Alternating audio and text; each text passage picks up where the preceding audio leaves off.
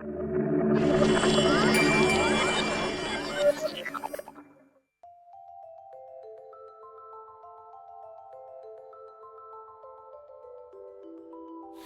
sciences are among the most important sciences in terms of shaping the environment in which people live. I mean, economics, psychology, pedagogy, sociology, archaeology, it depends where you put history. I mean, all of these sciences are already producing the world of science and technology.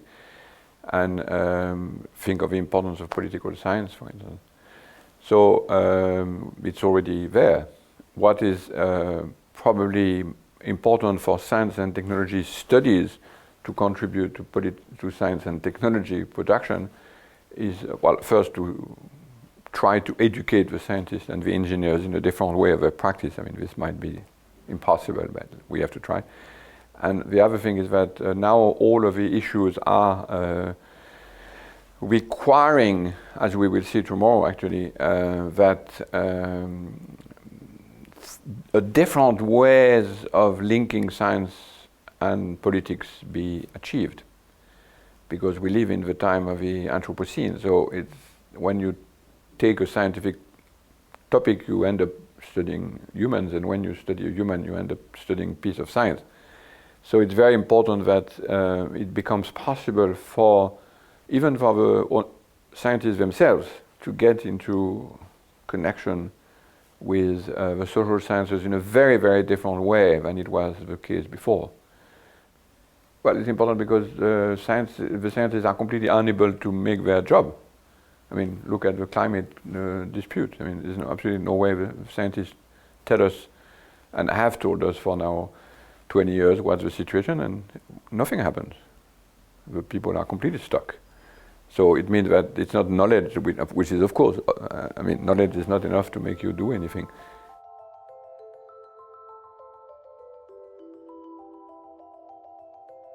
There is a streak in the last century, which is to say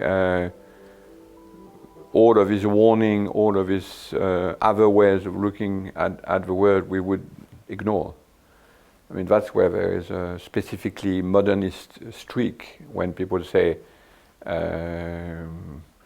we will find a solution. Geoengineering, for example, is a typically modernist answer to this situation. We will find a technical solution. We don't know which one, but we will re-engineer the planet in a way which will satisfy the necessity. That's a typically modernist streak, which is, of course, completely insensitive to the difficulty of the task of geoengineering first. How would you geoengineering something you don't even know how it works? But also because it gives the impression that you could continue the modernist project without changing anything.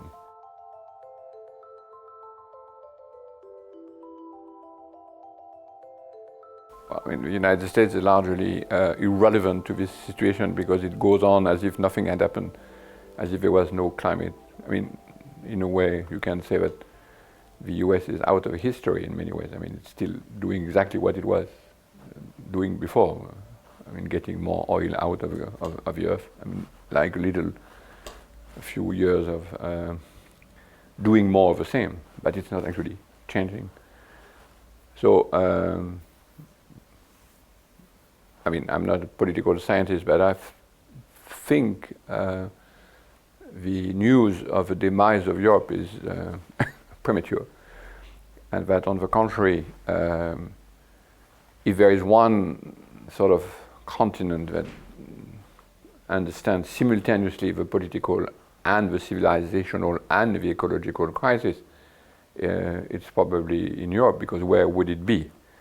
I mean, it's not in China, it's not in India, who still has to develop, it's not in Latin America, it's not in Africa, who are getting out of poverty.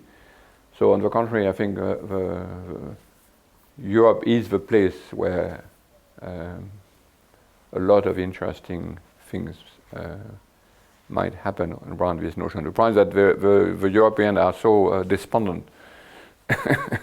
So they think themselves out of history, which when it's probably exactly the opposite, because history itself is gone in many sense. So there are all of this other place modernizing in the old ways.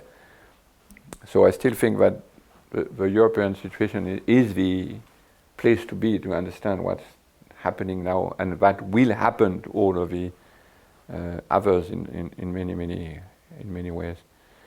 But I might be a chauvinistic European on that. So I'm complete chauvinistic European. So maybe I'm exaggerating.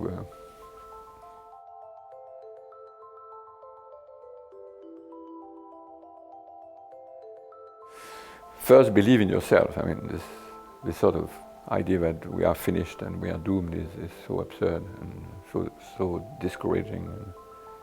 I don't know. I would be terrible as a politician. So.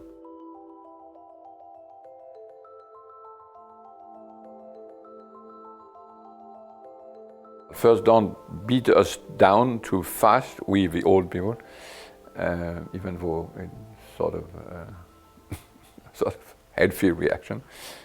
I don't give advice, so I'm not very good at advice. I know what I should do myself, but not really what the others should do. But still, I think I would tell people go to the sciences first. That's where the things are. I mean, I created in my school a double major between science and natural science, social science and natural sciences. And that's where for me, I would see the people going. I mean, this is where everything will be played around this double competence, where you will, at the Anthropocene, it makes a lot of sense to learn simultaneously natural and social sciences, because that's where the future connection will be, I think.